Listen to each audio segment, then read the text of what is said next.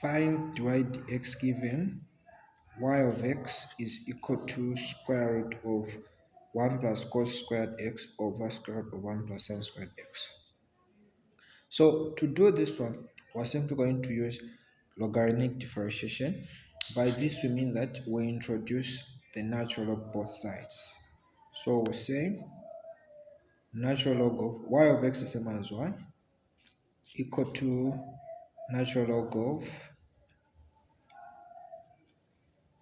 1 plus cos squared x square root over 1 plus sin squared x square root as well. We'll close. So according to the laws of logarithms, we'll need to transform the right hand side a bit. In the meantime, we maintain the left hand side. So we say natural log of the numerator under the root, then minus natural log of the denominator, so also under the root like this. So now the next step we do is to now differentiate both sides. As we can see, left hand side is natural log of y. So we're going to differentiate this with respect to x. So mean that for the left hand side we're initiating implicit differentiation. That is to say, we'll differentiate this the same way we would have differentiated x. And we know that differentiating a natural log will give us 1 over the function which we have is y. Then we multiply with dy dx, since this is not x. Then we say equal to. Now, differentiating a natural log, everything that comes after natural log is labeled as a function. Thus, to differentiate this, you simply say f prime of x, meaning you differentiate this part after natural log, then you divide by the same f of x, like this. So, we'll simply differentiate what is inside.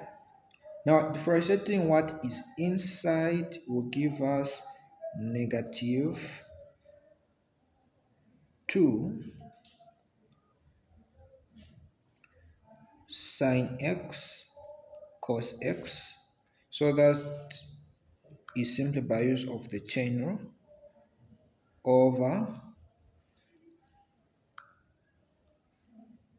2 square root of 1 plus cos squared x. Now, according to the law of differentiating natural log functions, whatever you get after differentiating, you divide by the same function we have. So we say divided by square root of 1 plus cos squared x.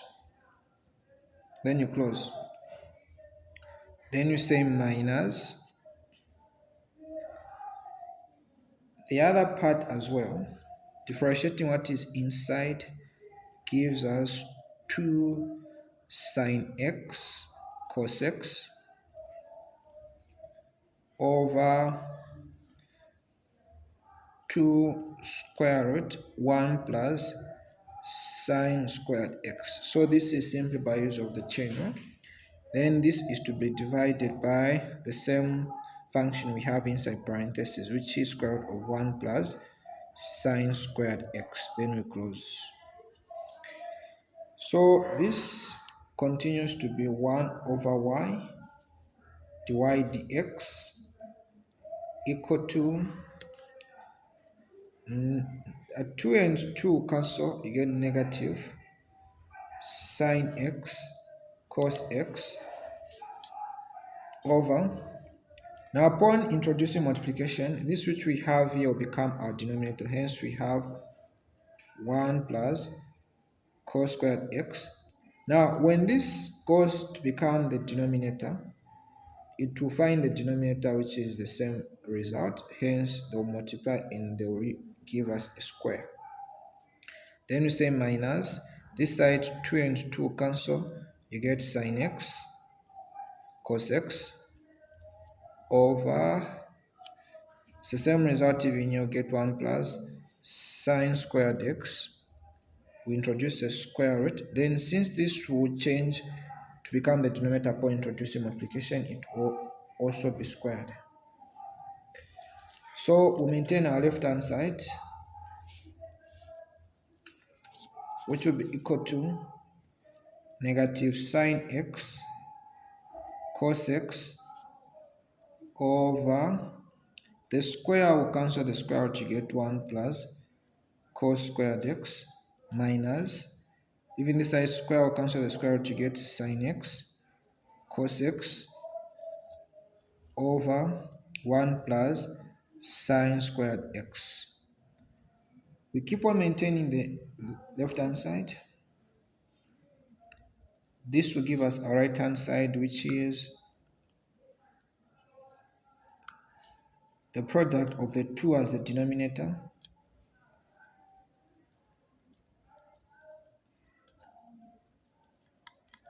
now when 1 plus cos squared divides into this denominator to cancel it 1 plus cos squared, then we'll be left with 1 plus sine squared, which will multiply with the negative sine x cos x. So this gives us negative sine x cos x to multiply with 1 plus sine squared x minus 1 plus sine squared will divide into everything. You're going to be left with 1 plus cos squared to multiply with what is on top. So you get sine x cos x. This is to be extended here times 1 plus cos squared x. So left hand side will be maintained the way it is, equal to, now for the right hand side, we're going to simply factorize negative sine x cos x since it is common. And when this is done, you'll be left with, for the first part, you're going to have 1 plus sine squared x.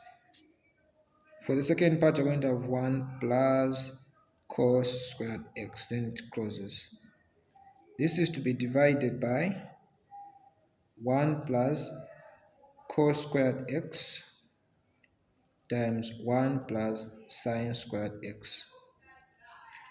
Alright, so we now have 1 over y dy dx equal to negative sine x cos x. Now if you notice what is inside, this is 1 plus 1, which will give us a 2. When you add sine squared plus cos squared, this gives us a 1.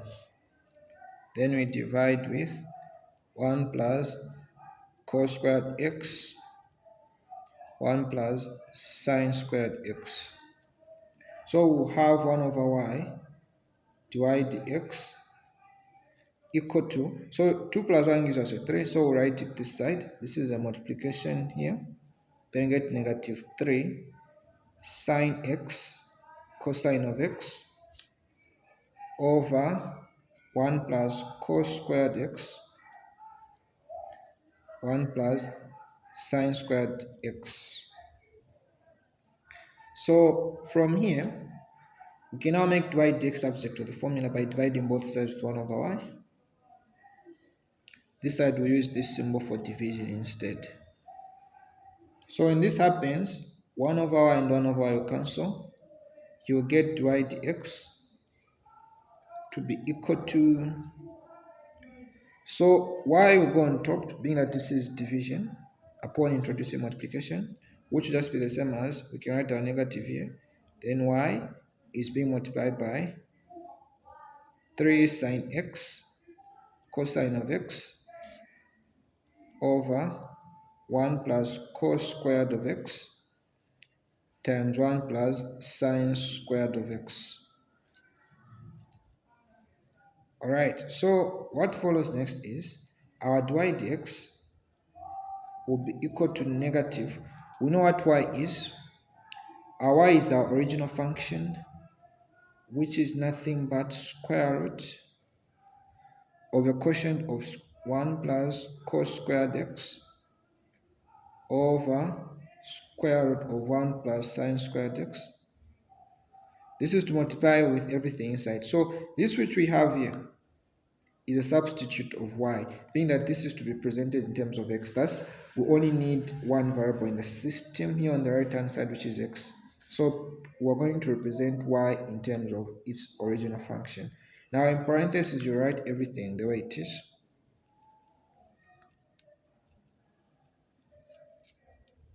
Over the product of 1 plus cos squared x and 1 plus sine squared x. And this is our result. Thank you very much. See you in the next discussion.